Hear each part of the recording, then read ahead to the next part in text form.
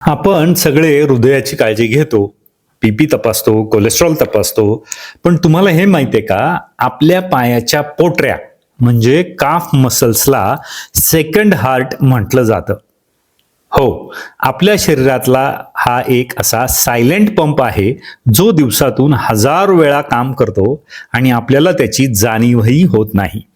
आज आपण समजून घेऊया काफ मसल्स दुसरं हृदय का आहेत, त्यांची ताकद कशी तपासायची, ती कशी वाढवायची आणि त्याचा संपूर्ण आरोग्यावर काय परिणाम होतो. काफ मसल्स म्हणजे सेकंड हार्ट का, हे आधी जाणून घेऊया.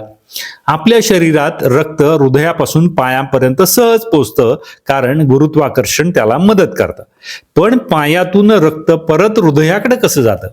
इथेच काफ मसल म्हणजे पोटऱ्यातले स्नायू काम करतात.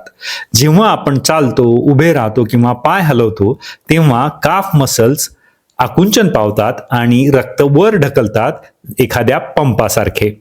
म्हणूनच त्यांना म्हणतात पेरिफेरल हार्ट किंवा सेकंड हार्ट. उदाहरण म्हणून आपण समजून घेऊयात. कल्पना करा, आपल्या घराच्या पहिल्या मजल्यावर पाणी पोहोचवण्यासाठी आपल्याला काय लागतो? पंप किंवा मोटर लागते. तसंच पायातून रक्त वर नेण्यासाठी काफ मसल देखील पंपासारखे काम करतात.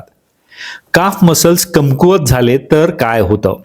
जर काफ मसल्स कमजोर असतील तर ब्लड सर्क्युलेशन मंदावतं आणि त्याचा परिणाम असा होतो, आपले पाय सुजतात, व्हेरिकोज वेन्सचा त्रास चालू होतो, थकवा जाणवू लागतो, डिझिनेस किंवा चक्कर आल्यासारखं होतं, रक्ताच्या गुठळ्या क्लॉट्स होण्याचा धोका निर्माण होतो आणि आपल्या हृदयावर देखील अतिरिक्त ताण तयार होतो.